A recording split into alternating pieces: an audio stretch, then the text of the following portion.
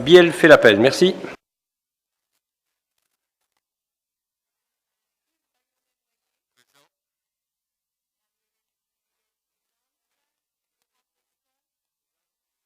Hélène Mérigot, Eliane Gomez, Christian Royer, Christiane David Mathieu, Patrick Gay. Il est présent, il ouvre la porte.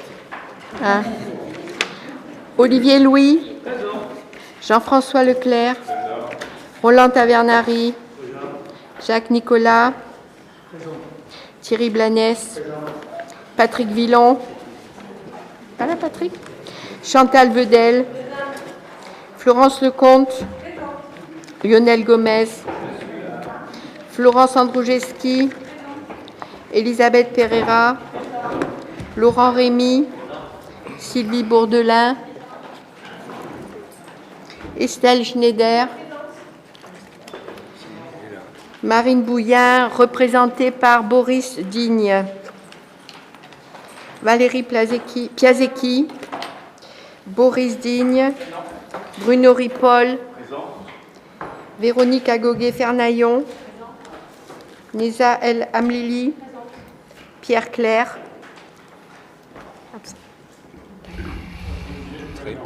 Oui, je t'ai vu. Je t'ai vu au bout de la place. Bon.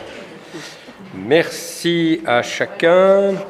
Nous avons un conseil municipal qui est assez court, puisqu'il y a 6 délibérations. Donc en soi, il peut paraître court, on verra ensuite. Donc le premier point à l'ordre du jour, c'est l'approbation du compte-rendu de la séance du dernier conseil du 28 mai dernier, que vous avez reçu. Y a-t-il des commentaires, des questions, des modifications souhaitées? Donc je soumets à votre approbation. Y a-t-il des oppositions, des abstentions? Donc 3 abstentions. Donc adopté à la majorité. Merci. Nous avons 14 décisions du maire qui ont été prises depuis le dernier conseil municipal. Avez-vous des questions? Oui, Madame Agoguet. Présent Patrick. Oui, bonsoir. Alors comme on a un petit peu de temps ce soir, j'ai pas mal de questions. Est-ce que je voulais... Vous pouvez... Oui. J'ai pas mal de questions sur les décisions. Je vous les dis une par une ou je dis tout? Une par une, hein, ça sera mieux. Hein. Alors, la première, c'est au sujet de la décision 30 du 13 mai, et ça concerne la décision d'ester en justice. Voilà. Je pense qu'il y a une décision qui a été donnée par le tribunal. Hein, oui. Voilà. Et je voulais savoir maintenant quelle est la suite donnée par Monsieur Courtet et la suite des travaux, est-ce qu'on va pouvoir construire ou pas? Alors, la maison Courtet a fait 2 recours. Un premier recours sur le fond au tribunal administratif, et là, la procédure suit son cours. Le tribunal a été saisi, mais il ne s'est pas réuni pour rendre sa décision. Et la maison Courtet a également attaqué la commune en référé de façon à interdire le démarrage des travaux. Et donc ceci a été jugé par le tribunal administratif de Nîmes il y a de cela 3 semaines environ, un peu plus, et la commune a obtenu 100% de satisfaction, non seulement sur le caractère non urgent de cette demande, mais également le tribunal a tenu à prendre une position sur le fond.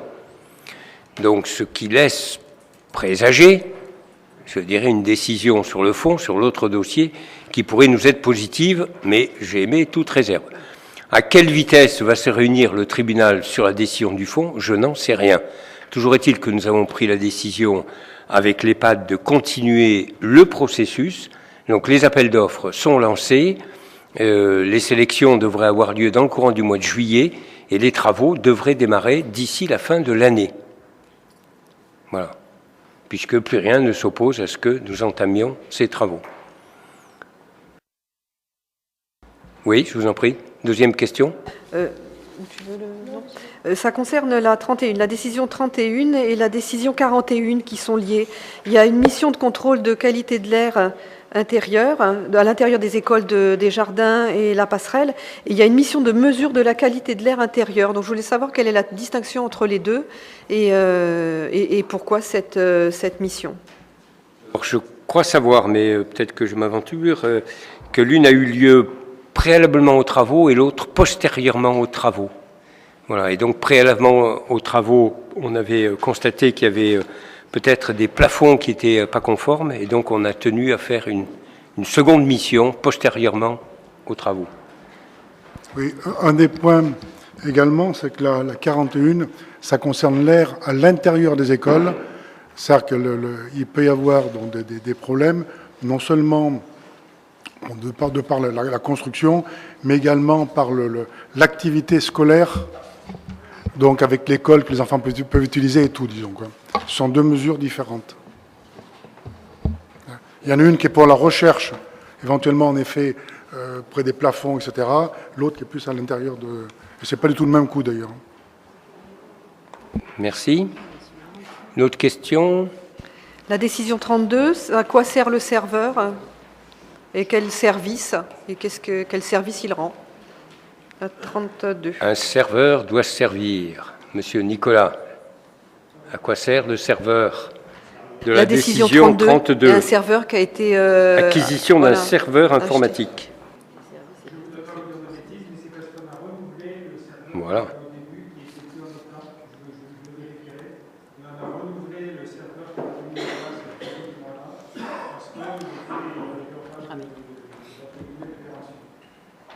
Donc il sert à tout le monde, enfin c'est le serveur central de la commune. Okay. Tout à fait.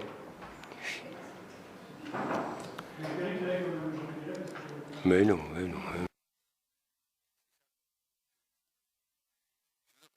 Y a-t-il d'autres questions? Oui, je vous en prie.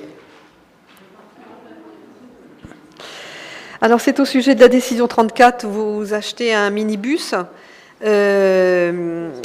Une location, voilà. Et je voulais savoir, puisque il était question, fut un temps, donc on en a parlé à la dernière commission jeunesse, de faire appel à une société qui faisait de la publicité et qui aurait fourni les bus avec de la publicité dessus. Et c'est un projet qui a été abandonné, fort heureusement.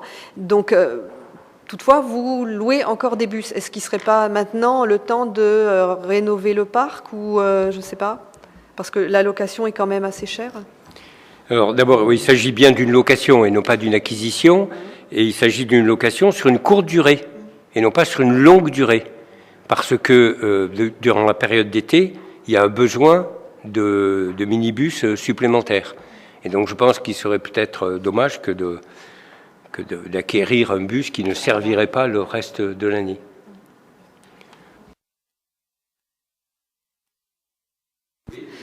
Alors la question 37, qu'est-ce qu'ils font des pigeons, la Diane Toroise, une fois qu'ils les ont capturés? Alors je ne sais pas avec quelle sauce ils les mangent, mais ils les dégustent, ils se réunissent, ils font la fête ensemble. Et oui, puisqu'on leur offre, enfin on leur donne une subvention pour le repas de fin de... Oui, voilà. Voilà. Donc, et on leur fournit en plus les pigeons. Je n'en sais rien et je ne veux pas le savoir. Si vous êtes intéressé, allez consulter les chasseurs. Voilà ma réponse. Et l'abonnement téléphonique, tu veux parler de l'abonnement téléphonique? Allez-y, Néza. L'abonnement, c'est important. Je ne sais plus, c'était laquelle la décision? C'est la 38, c'est les frais de... Oui, c'est par rapport aux frais de portabilité. On avait déjà évoqué la question, mais là, c'est encore facturé 10 €. Normalement, les frais de portabilité sont, enfin, de ce que je comprends, si on regarde... Vous pouvez préciser de quelle question il s'agit? La 38. 38, d'accord. Bon, après, c'est pas un montant énorme, c'est 10 €, mais comme on en avait déjà parlé la dernière fois et qu'il y a des changements comme ça d'opérateur, normalement, c'est la portabilité est gratuite quand on change d'opérateur. Je comprends pas, du coup, pourquoi c'est facturé à la commune. Je ne pense pas que sur les contrats professionnels, ce soit gratuit. Ouais. Et sur les contrats privés, c'est gratuit, mais on a une tarification qui est complètement différente pour les professionnels. D'accord. Ok. Merci. Y a-t-il une autre question? Moi, j'en avais Oui. une, mais on a vu ça tout à l'heure en commission travaux et ça concerne les travaux de déconstruction de l'ancien clubhouse de tennis. Donc, on a vu ça en commission tout à l'heure, voilà. Donc, j'espère qu'on aura les plans du permis quand il sera temps. Et voilà, qu'on nous proposera quelque chose et D'accord. avec un Donc, coût en face. C'est pas une question, c'est une demande. C'est une D'accord. demande. Très bien. Merci. Donc nous pouvons démarrer sur le premier, la première délibération qui concerne l'espace jeunesse avec une modification des rémunérations des animateurs. Marie-Hélène, tu as la parole. Ah, pardon, excuse-moi. J'ai ce qu'il faut. Alors, la présente délibération a pour objectif de modifier sur les périodes de vacances scolaires le mode de rémunération des animateurs du Bourdis et de l'espace jeunesse à partir du 1er juillet 2019. Les animateurs saisonniers seront désormais rémunérés sur la base d'un forfait journalier en fonction de leur qualification, forfait journalier auquel pourra s'ajouter, le cas échéant, un forfait bivouac. Ce mode de rémunération ne concernera que les animateurs recrutés pour les vacances scolaires, soit pour cette année 2019, les vacances d'été et les vacances d'automne. Le nombre d'animateurs employés au titre de l'accroissement temporaire d'activité sur ces périodes reste quant à lui inchangé, à savoir juillet et août 2019, 15 postes d'animateurs ou d'aides-animateurs non titulaires au Bourdis, 4 postes d'animateurs ou aides-animateurs non titulaires à Cityview. Pour les vacances d'automne, du 21 au 31 octobre 2019, 8 postes d'animateurs ou aides-animateurs au Bourdis, 2 postes animateurs ou aides-animateurs non titulaires à l'espace jeunesse. Le montant des différents forfaits sera le suivant. Animateur diplômé possédant la totalité du BAFA ou équivalent, rémunération basée sur un forfait journalier de 95,70 € brut, soit 87 € majorés d'une indemnité de congé payée de 10%. Ensuite, animateur non diplômé ou en cours de formation BAFA, ayant obtenu la première partie du diplôme, rémunération basée sur un forfait journalier de 86,90 € brut, soit 79 € majorés d'une indemnité de congé payé de 10%. Et enfin, le forfait bivouac, quant à lui, est fixé à 38 € brut, soit 34,54 € majorés de l'indemnité de 10%. Congé payé de 10%. Je vous prie de bien vouloir en délibérer. Merci. Y a-t-il des questions? Oui. Oui, je voulais savoir ce qui avait prévalu à cette décision de modification des rémunérations. Est-ce que Alors, ce qui a prévalu, c'est que historiquement, les animateurs saisonniers étaient embauchés et payés, je dirais, à l'heure. Et ils arrivaient à réaliser des heures supplémentaires qui faisaient que sur ces mois-là, ils dépassaient la rémunération des titulaires. Donc on arrivait à des aberrations puisque les titulaires ont une activité qui est lissée, qui est annualisée tout au long de l'année.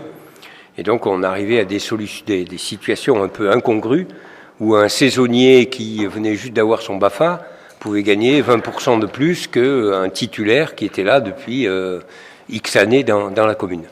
Donc nous nous sommes instruits auprès des autres communes pour savoir comment elles avaient organisé cette rémunération, de façon à éviter cet écueil. Et c'est comme ça que nous sommes arrivés à mettre un forfait, mais qui est différent selon la qualification, bien évidemment, des personnes. Voilà. Donc je vous propose en délibéré de modifier sur les périodes de vacances scolaires le mode de rémunération des animateurs saisonniers et d'appliquer donc à compter du 1er juillet 2019 la rémunération au forfait avec, pour les animateurs diplômés possédant la totalité du BAFA ou l'équivalent, un forfait journalier de 15,70 € brut. Les animateurs non diplômés ou en cours de formation BAFA, 86,90 € et pour les forfaits bivouac, 38 € brut. Et bien évidemment, dit que les crédits sont inscrits au budget 2019. Donc y a-t-il des oppositions, des abstentions? Des oppositions? 0. Abstention? 2, 3. Très bien, je vous remercie. Adopté à la majorité. La délibération suivante, c'est la désignation d'un coordonnateur communal pour les enquêtes de recensement de la population.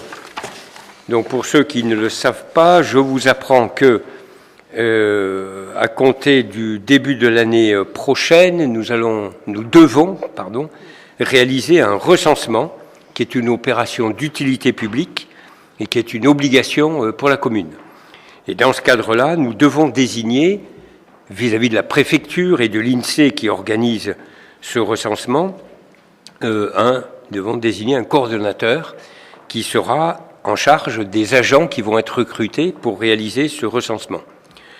Et nous avons pensé que d'utiliser les compétences de l'agent municipal qui a déjà réalisé les recensements 2010 et 2015, qui est Myriam Beck, pouvait être une bonne opportunité. Donc après avoir obtenu son accord, bien évidemment, nous souhaitons pouvoir la nommer comme agent de coordination pour l'enquête de recensement 2020. Avez-vous des questions? Oui, je vous en prie. Est-ce qu'elle touchera une rémunération supplémentaire ou ce sera inscrit dans le cadre de son travail du coup? Je pense qu'il va y avoir un complément. Il va y avoir un complément puisqu'elle va être amenée à travailler le soir, des réunions, voilà.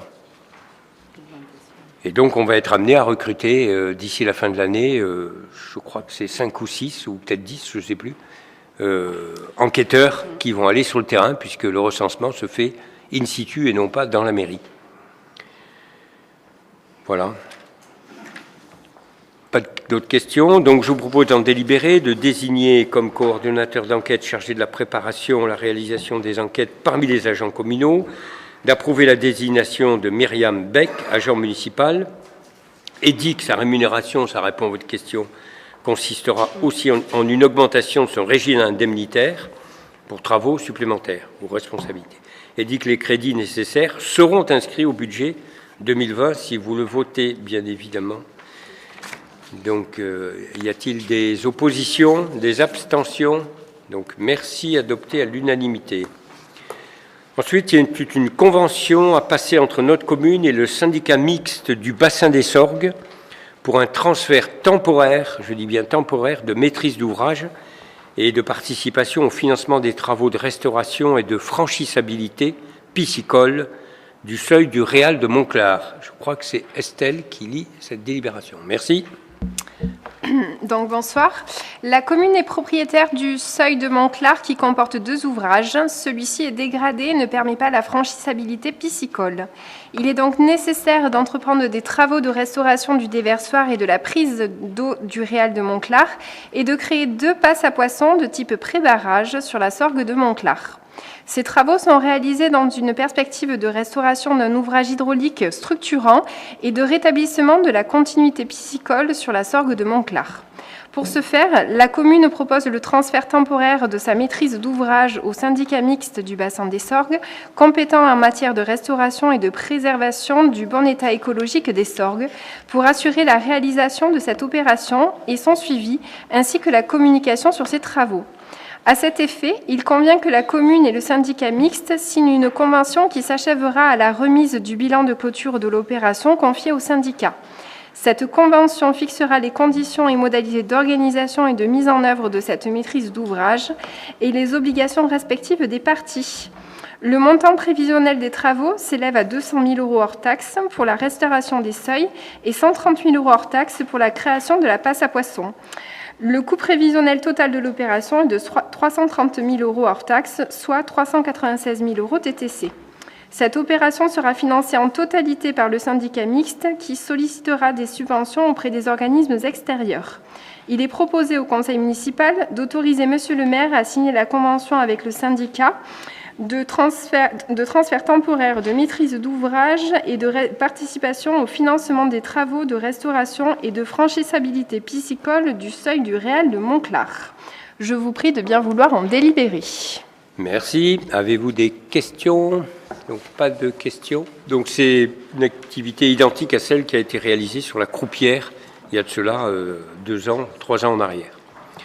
Donc, je vous propose de décider d'approuver la convention avec le syndicat mixte du bassin des Sorgues pour le transfert temporaire de la maîtrise d'ouvrage et de participation au financement des travaux de restauration et de franchissabilité piscicole du seuil du Réal de Montclar, qui est jointe en annexe de cette délibération, et de m'autoriser à signer cette convention.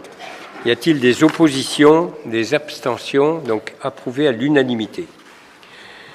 La délibération suivante traite de l'enfouissement du réseau électrique basse tension Chemin des Moulins, avec une convention de servitude avec Enedis. Donc Christian, tu as la parole. Merci. Bonsoir. Par arrêté en date du 11 janvier 2017, la SARL Athéna Immobilier a obtenu l'accord pour la construction d'une résidence de 15 logements sur un terrain situé chemin des Moulins, parcelles AE 217 et 317. Ce permis de construire numéro 84 132 16 S 033 a été transféré à la SCI Côté Moulin, représenté par M. Gérard Rochette, le 23 mai 2017. Afin de pouvoir accorder cette construction au réseau électrique basse tension, l'entreprise Enedis doit procéder à des travaux d'enfouissement sur des terrains appartenant à la commune. Il s'agit des parcelles cadastrées AE 210, 207, 208, 316. Ces travaux consistent à enfouir sur une bande de 1 mètre de large 5 canalisations souterraines sur une longueur totale d'environ 240 mètres afin de dissimuler le réseau d'énergie électrique dans ce secteur. Pour la réalisation de cette opération, il convient de mettre en place une convention de servitude entre la commune et l'entreprise Enedis. Celle-ci permettra à cette société d'intervenir sur la propriété communale. À titre de compensation, Enedis s'engage à verser à la commune une indemnité unique et forfaitaire de 20 €. Il convient que le conseil municipal se prononce sur cette opération et autorise le maire ou l'adjoint délégué aux affaires foncières à signer les documents nécessaires. Je vous prie de bien vouloir en délibérer. Bon, 20 €, est-ce que ça paye le papier qu'il y a autour de cette table? C'est pas sûr. Hein. Avez-vous des questions? Oui, je vous en prie. Oui, du coup, comment a été fixée cette indemnité? Parce que 20 €, pour 0 ou 20 €, c'est pareil. On ne l'a pas négocié. C'est la convention qu'a proposée Enedis. Non, il y avait le choix entre 0 et 20. Et ils avaient coché 20. On n'a pas négocié. Mais vous n'auriez pas pu négocier, du coup? Non, mais pour augmenter le montant, je veux dire, pas pour 20 €. Passer à 40.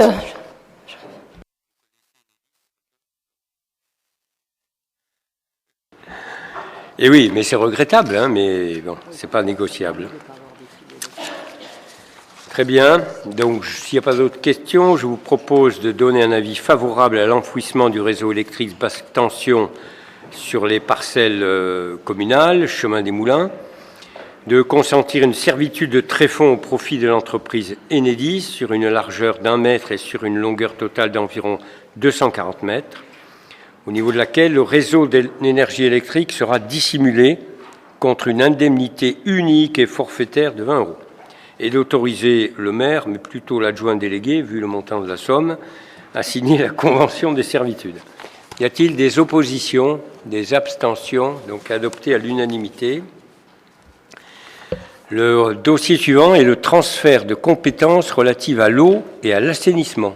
C'est Christian Royer qui a la parole. Merci. La loi numéro 2015-991 du 7 août 2015 portant nouvelle organisation territoriale de la République prévoit le transfert automatique des compétences eau et assainissement aux communautés de communes qui ne les exerçaient pas auparavant à titre optionnel ou facultatif au 1er janvier 2020. La loi numéro 2018-702 du 3 août 2018 relative à la mise en œuvre du transfert des compétences eau et assainissement prévoit toutefois la possibilité de s'opposer au transfert obligatoire et de reporter celui-ci jusqu'au 1er janvier 2026. Pour rappel, la communauté de communes des Pays des Sorgues Mont de Vaucluse exerce actuellement uniquement la compétence assainissement des eaux usées.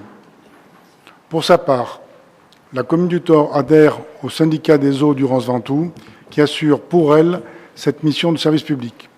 Elle entretient des relations directes, notamment en matière de prospective du plan local d'urbanisme et d'aménagement. Aussi, il apparaît opportun de conserver cette compétence jusqu'au 1er janvier 2026, date butoir prévue par la loi. Il convient de délibérer dans ce sens. Merci. Y a-t-il des questions? Oui, Madame Agouguet. Alors, il y a deux questions. Pour être certaine, la le transfert de compétences à l'Interco, est-ce que ça nous aurait fait sortir du syndicat? Je ne pense pas, mais juste Non, pas du pour, tout. Pas du tout. On ne serait pas sorti du syndicat. Oui. Parce que ça aurait été intéressant de transférer si on sortait du syndicat et que ça nous permettait d'organiser autrement la fourniture de l'eau, en régie par exemple. Donc ça, c'est écarté. L'autre question, pourquoi on a, si vous voulez bien nous rappeler, pourquoi on a accepté le transfert de compétences au niveau de l'assainissement et pas de l'eau au même moment? Si vous voulez, c'est pas tout à fait le même chapitre, à savoir que l'assainissement, il n'était pas donné à un syndicat. C'était la responsabilité entière de la commune. Bon, la commune avait d'une part nécessité de réaliser un certain nombre d'investissements, qui pouvaient être des investissements très lourds. On en a réalisé certains avant de transférer, mais il y en avait d'autres à faire. Et deuxièmement, nous avancions vers une station d'épuration qui allait être saturée, puisqu'on est 75-77%. Et dans le cadre du transfert de compétences, il y a eu la connexion entre les différentes stations. C'est-à-dire que la commune du Thor, dans sa partie est, va pouvoir se déverser dans la station de L'Isle-sur-la-Sorgue, puisque aujourd'hui c'est intercommunal. Et la station de L'Isle avait besoin d'accueillir une quantité d'eau usée supplémentaire. Donc voilà tout ce qui a prévalu à ce dossier de transfert de compétences de l'assainissement au 1er janvier 2016. C'est récent, hein, 2016. Bon, en ce qui concerne l'eau, c'est quelque chose d'un peu différent. Voilà. Donc voilà, donc la délibération, c'est pour que la commune dise qu'elle s'oppose au transfert de compétences eau. Oui, je vous en prie. Oui, bonjour. La décision de report du transfert est unilatérale. Je veux dire, bon, mais bien entendu, c'est la commune qui décide ce report. Mais est-ce que d'autres communes vont faire de même? Est-ce que vous avez une information là-dessus? Vous parlez des communes de l'intercommunalité? Oui. Elles sont toutes sur le même point de vue. D'accord. Donc c'est une décision concertée Bien sûr. Au niveau intercommunal. OK. Très bien. Donc, je vous propose en délibéré de décider de nous opposer au transfert de la compétence eau au 1er janvier 2020 à la communauté de communes des Pays de Sorgue et Mont-de-Vaucluse. Nous demandons le report du transfert de cette compétence au 1er janvier 2026, comme le prévoit la loi, et d'autoriser le maire à signer les documents nécessaires à cette mise en œuvre. Y a-t-il des oppositions, des abstentions? Donc, adopté à l'unanimité. Merci. Les deux dernières délibérations traitent d'attribution de subventions de fonctionnement aux associations thoroises. Et donc, c'est Eliane qui nous les commente. Merci. Merci. Donc, la commune attribue aux associations des aides financières pour les accompagner dans la réalisation de leurs projets. C'est un soutien pour les associations de la mise en œuvre et le développement de leur activité.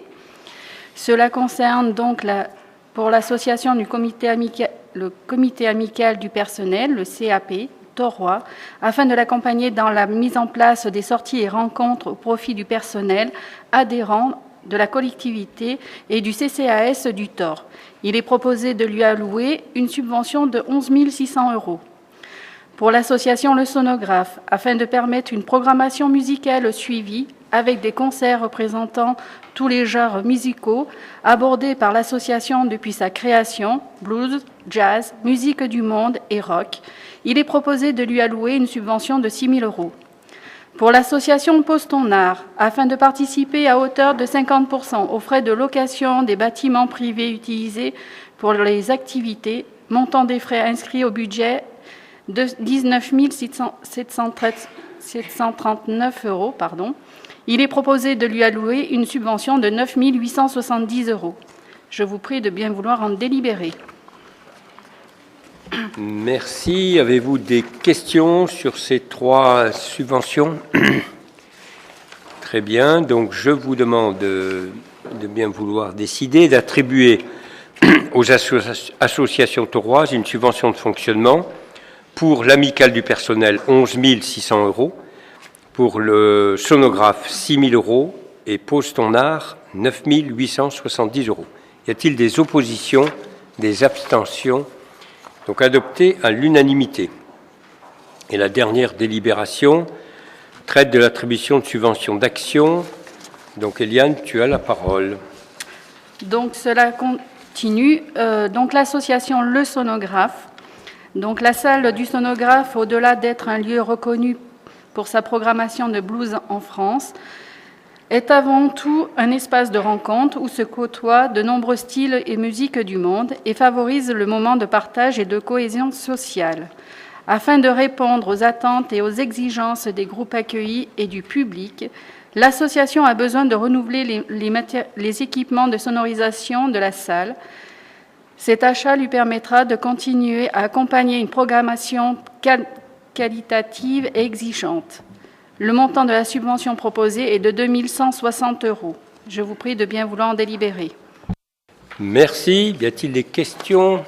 Donc, je vous propose d'attribuer une subvention de 2 160 € à l'association Le Sonographe pour l'achat de nouveaux équipements de sonorisation. Y a-t-il des oppositions? Des abstentions? Donc, nous avons tenu ce conseil en 30 minutes, ce qui m'a permis de gagner un pari avec Chantal Vedel, qui doit m'offrir l'apéritif, parce qu'elle m'a dit que c'était impossible. Voilà. Donc, merci à vous.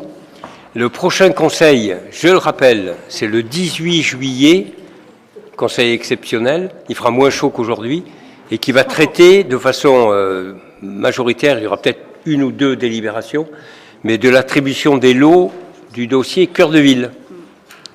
Voilà. Donc, il sera peut-être un peu technique, un peu financier.